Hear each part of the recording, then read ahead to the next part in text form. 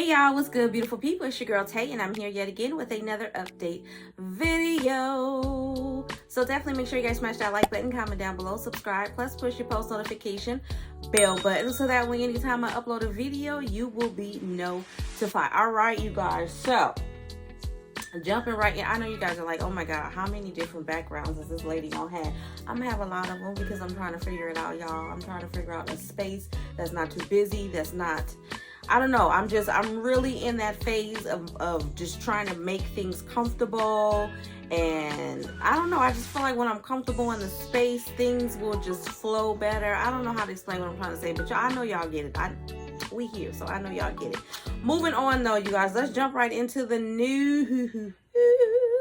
So apparently there is an updated schedule for the California inflation stimulus, gas, tax, rebate, whatever it is that they're trying to call it, honey, because the name didn't change so many times. But there is an updated schedule, okay, for when you can expect your payments. Now, this is not on the IRS, or not the IRS, the FTB, which is the Franchise Tax Board for California. This is not on their website. However, there is an actual schedule on the Franchise Tax Board for California for these payments, okay? This was printed by the Sacramento Bee. It came out about 12 hours ago. Says the change updated on the state's franchise. Actually, it says that it updated on there. So I'll put a small video up here so you guys can see it. But the change updated on the state's Franchise Tax Board website Tuesday afternoon now shows a middle-class tax refund shipping timeline based on last names and previous stimulus payments. Okay, remember, you'll receive a debit card according to the Franchise Tax Board if the following apply to you. If you filed a paper return, if you had a balance due, if you received your Golden State stimulus payment in a check, receive your tax refund by check regardless of filing method, receive your 2020 tax refund by direct deposit but have since changed your bank institution or bank account number, received an advance payment from your tax service provider, or paid your tax preparer fees using your tax refund, you will receive a debit card, okay? Debit card mailing schedule. The states expect all debit cards to be mailed by January the 14th. Debit card recipients should allow up to 2 weeks from the issue date to receive their payment in the mail. Golden State stimulus recipients, if you previously received a Golden State stimulus check and your last name starts with A through E, your debit card will be mailed between October the 24th and November the 5th. Here's the mailing time frame according to the Franchise Tax Board's website. For the other previous Golden State stimulus check recipients with last names F through Z, okay, last name F through M will be mailed between November the 6th and November the 19th.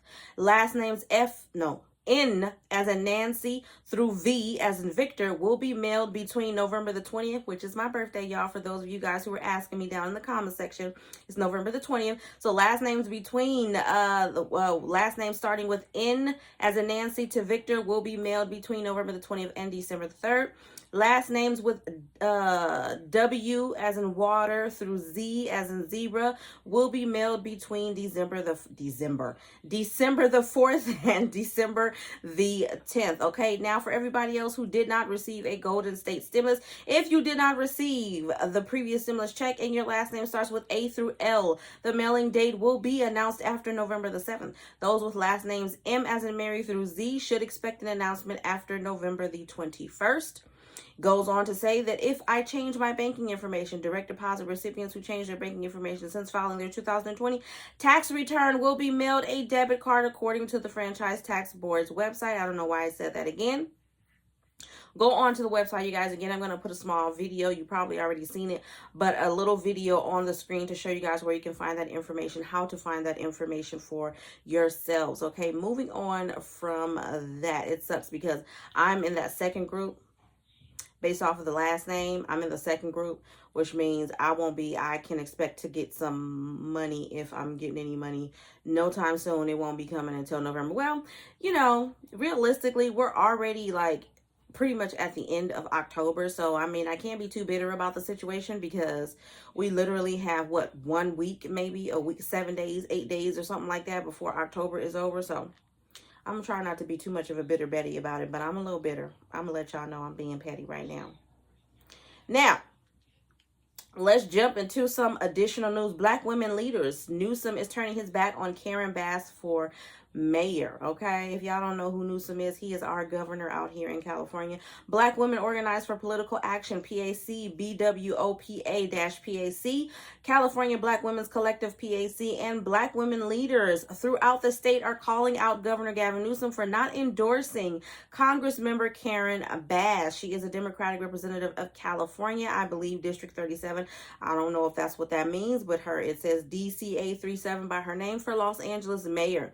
The individuals and organizations said in the letter they had watched Governor Newsom issue his support to local and statewide candidates for this upcoming November general election, but he has not indicated he would be supporting Bass. Black women went all in to support Governor Newsom during the recall, with Congressmember Bass leading the way. We showed up and came out while other groups stayed home. We also led the charge to pull together our allies that rallied counterparts throughout California for women against the recall. And yet we haven't seen much change in his actions. This is coming from a letter, okay, that was going on just recently, October the 16th. In August of 2021, Bass, members of the group calling itself Women Against the Recall, WAR, which stands for war, I like that, and Congresswoman Barbara Lee held a news conference to openly support Newsom in the recall election held September the 14th of 2021. Newsom survived the political action, and many black women in the state are asking him to acknowledge their assistance. He stated that he supports black women, but his administration doesn't demonstrate that he wants us at his decision-making table. He selectively supports black women candidates even when they have overwhelming support from party leaders and our community, like in the case of Congress member Bass, the coalition stated. How y'all feel about that? I feel some type of way about that myself personally. I know that I have been, well, no, I'm not going to sit here and say I have been rallying behind Newsom, because y'all already know. I've said this a million times, many times, and I'm going to keep saying it. I don't trust no politicians. I don't care what side of the stadium that you sit on. I don't care what you represent. I don't care if you're Democratic, Republican, progressive, liberal, moderate. It doesn't really matter to me, okay? I think they're all the same. They all have hidden agendas. Some are just a little bit more bold and expressing them outward, but clearly, okay, there are some things that has come out in the news specifically for our governor that I was like, okay, I think you guys are making a really big deal out of it. But this, to me, I got to speak up on it. And it really wouldn't matter if she was an African American or if she was of another cultural or ethnic background. It's the fact of the matter that you've gained support from people and you're not returning the favor. Where's the reciprocity in that? And then that is one of the main reasons why I have issues with politicians, because we do our part, we go out and we vote, we put these people in positions of power, and where is the reciprocity? Where is that? So, that's all I'm going to say about that. We're going to move on from that. I don't know why my son is in there acting a fool, being loud, and he knows that I'm doing a video because I literally just said I'm getting ready to do a video, but it is what it is, y'all. Let's move on from that. This one, y'all going to want to listen to this, okay? Is this out here? Hold on. I don't even know if I should be talking about this, but I mean, it's out in the public. It's an article. So, let me make it plain. A rare case, and I'm going to murder this name, okay? A rare case of Hashimoto encephalopathy after the C-19 vaccination. In a recent letter to the editor published to the English edition of the journal, researchers reported a rare occurrence of Hashimoto encephalopathy in a recipient of the C-19 vaccine. Okay. Yeah, I'm a little nervous about that. I mean, the research basically says that it's like a 1 in a million chance, but there's still a chance, okay? And I would hate to be that 1 in a million person that just so happens to get this. It says anti-thyroid antibodies are present in 13% of healthy individuals. In rare cases, it triggers autoimmune encephalopathy, popularly known as Hashimoto encephalopathy. The underlying pathophysiology of this disease is unclear, especially the pathogenesis. I'm not even going to try that word. Of the anti-thyroid antibodies. Studies have suggested that some of these medications that you take via worsen immune-mediated neurological diseases, for instance, influenza, measles, mumps, rubella, and hepatitis B. Vaccinations resulted in 708 cases of autoimmune encephalitis in the United States between 1990 and 2010. Yet its association with the vaccine remains controversial and lacks a causal relationship. Under their emergency use authorization EUA, 11 billion doses of the C19 medication have been administered worldwide. Although the occurrence of Hashimoto encephalopathy is rare, less than 1 case per million patient, this is post you receiving the medication. There is a possibility that the C19 medication can actually trigger it. In addition, several post vaccination encephalitis cases have been reported in recipients of both C19, both mRNA, also known as mRNA, I think is how you say it, but mRNA, and viral vector based. Okay, furthermore, studies have reported neurological complications after receiving the medication, after post-severe acute respiratory syndrome, C2, known as SARS-CoV-2. Okay, so there you go. I hope I didn't scare you guys to death, because I scared myself to death reading that. All right. Moving on from that, I think we're going to end off on that for right now. I think that's a good note to end off on. Well, actually, this, I didn't know about this. But attorneys for George Floyd. Now, everybody knows George Floyd. If you don't, shame on you. George Floyd's daughter send Kanye West, if you don't know who he is, shame on you. He's an African-American rapper. A cease and desist letter over remarks about the passing of George Floyd. Now, I have heard a lot of things about Mr. West. Okay, I have not seen anything myself. I have not looked into it myself. I have no intention of looking into any of this, you guys. This is literally hearsay, me seeing a little clip here and there about how he's been acting and how he's been, I don't know what's going on in the world, y'all. But attorneys for George Floyd's daughter and her mother have sent rapper Kanye West a cease and desist letter demanding that he refrain from commenting publicly about Floyd's passing, as he did recently. Over the weekend, the hip-hop podcast Drink Champs released an interview with the rapper and fashion designer who now goes by Ye. I don't know if it's Ye or Ye, but it's Y-E, in which he questioned the cause of Floyd's passing, suggesting it was due to, you know, they were trying to say that it was due to drugs rather than the actions of all members that were involved in that situation. We're not going to mention no names because we already know who it is, and we're not going to talk about what it was that they said that he was on at the end of the day, okay? Yeah. But he's talking about it. The letter dated Tuesday and sent on behalf of Floyd's daughter, Gianna, and her mother, Roxy Washington, by the Witherspoon Law Group, which has offices in Florida, Illinois, Missouri, Texas, said Washington and Gianna are very distressed and hurt by the allegations Ye made. It is addressed to Ye and an attorney who told NBC News he is not representing Ye in this matter. Okay, so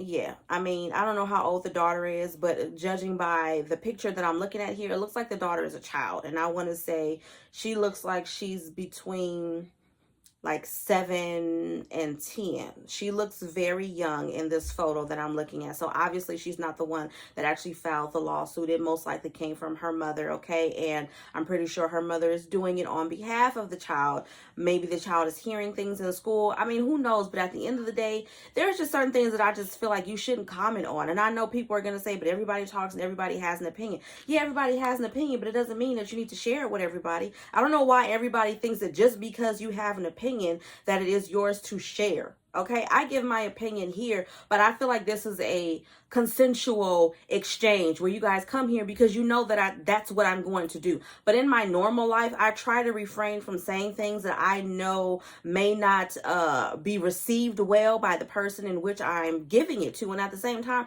I would hope that they do the same thing for me, because if you say something that if I didn't ask you for it, you know what I mean? That's going to create a problem. And this, like, he's a public figure.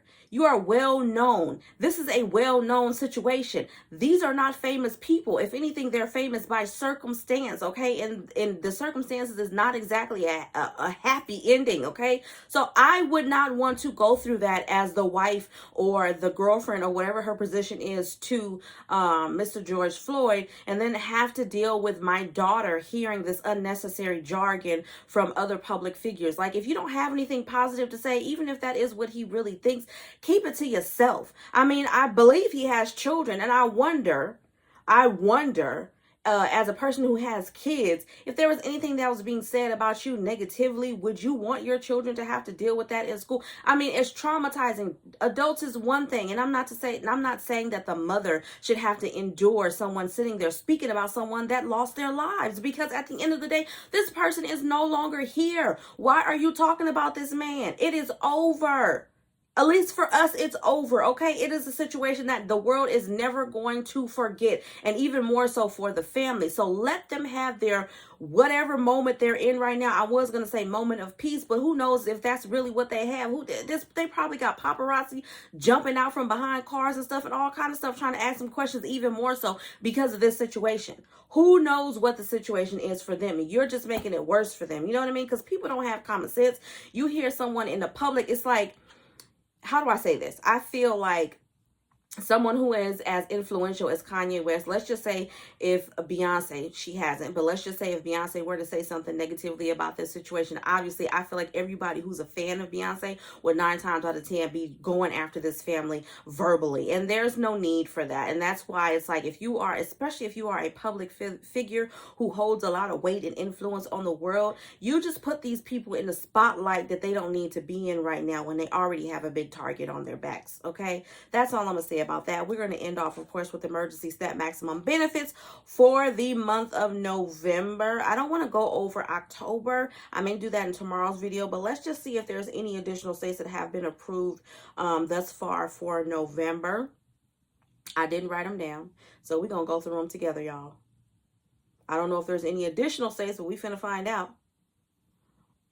Looks like just one more additional state here. We've got Maryland, New Jersey, Oregon, Rhode Island, West Virginia, and Wisconsin for November. We're going to start off with Maryland and see what they have going on for November. Maryland is going to be November the 4th through the 23rd. November the 4th through the 23rd, okay? Then we have New Jersey, which is always November the 1st through the 5th, or the 1st through the 5th of any month that they are providing benefits. We're going to skip over to Oregon, which is going to provide benefits November the 10th, November the 29th, and then December the 1st. That is for Oregon. Then we're going to slide over to Rhode Island and see what they got. Rhode Island, we have November the 3rd.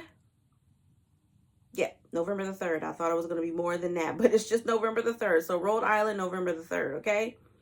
Then we have West Virginia. West Virginia. November the 2nd, and then a final run December the 14th. November the 2nd, and then a final run December the 14th. That's for West Virginia. And then last we have Wisconsin. And Wisconsin is going to be November the 19th, and then a final run January the 7th, okay? November the 19th, and then a final run January the 7th. Of course, for October emergency SNAP, I'll put a video on the screen so you guys can see what states are currently approved for October. I will go over that in tomorrow's video.